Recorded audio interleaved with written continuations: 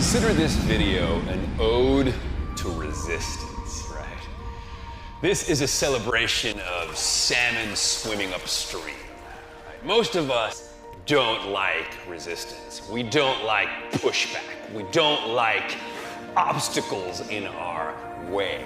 And yet one of my favorite motivational lines sums it perfectly when it says, just remember an airplane takes off against the wind. And what an apt metaphor. Let us unpack this for a second. The idea, of course, being if you want to soar, right? If you want to grow, if you want to overcome the limits of gravity, those things that are weighing you down, just remember an airplane takes off against the wind, right? This is an ode to resistance. We need resistance. We need difficulty. We need struggle, right? Joseph Campbell's monomyth talks about the hero that answers the call. He leaves the comfortable world behind. He answers the call to adventure, but adventure begins with struggle. It begins with difficulty. It begins with doubt. It begins with fear. You feel the fear, but you do it anyway.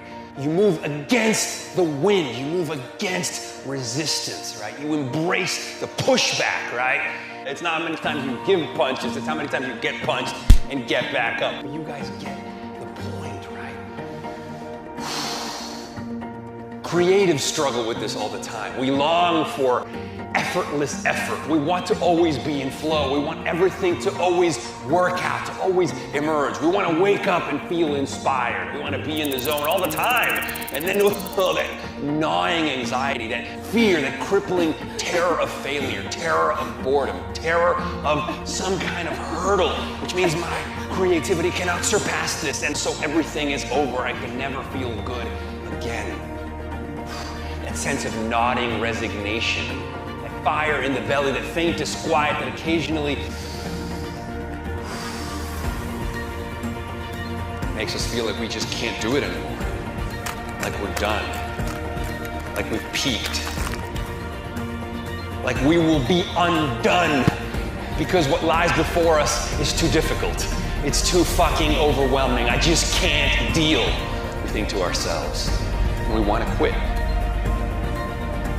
The self-loathing starts to bubble up from within. You know the feeling.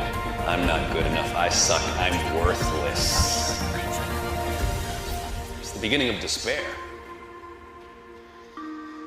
Being weighed down by too much gravity.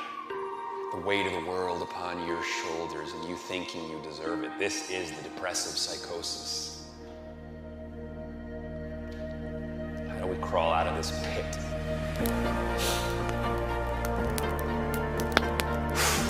Well, I would say what is needed is to be cracked open, to be ripped apart by awe. An experience of such jolting intensity. Some describe it as an opiated adjacency. We need to be cracked open so the light can get in. We need to shake the snow globe. We need to have what philosophers call knowledge by acquaintance, because what happens is when we're buried by our fear and our insecurity, we can be told of a world in which things work out. We can be told that we can overcome this. We can be told that we can shake this off eventually and that life can be sunny, that the storm will pass, that this too shall pass and I shall learn from this. You can be told this, right? We can understand this cognitively. It's called knowledge by description.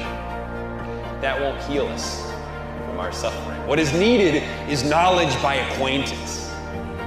It needs to unfold inside us and outside us. We need to be ripped apart. We need to submit, because if you cannot submit, you cannot die. And if you cannot die, you cannot be reborn. This is knowledge by acquaintance, the hardly bearable ecstasy of direct energy exploding on our nerve endings, right?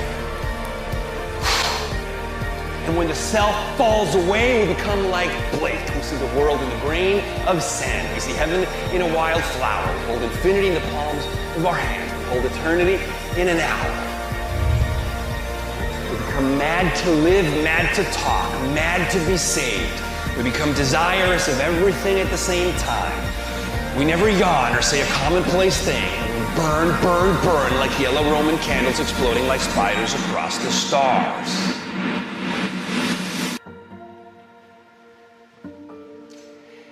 So when you feel the world get you down, when the turbulence is shaking you subtly out of your comfort zone, embrace it, smile, and just remember that an airplane takes off against the wind.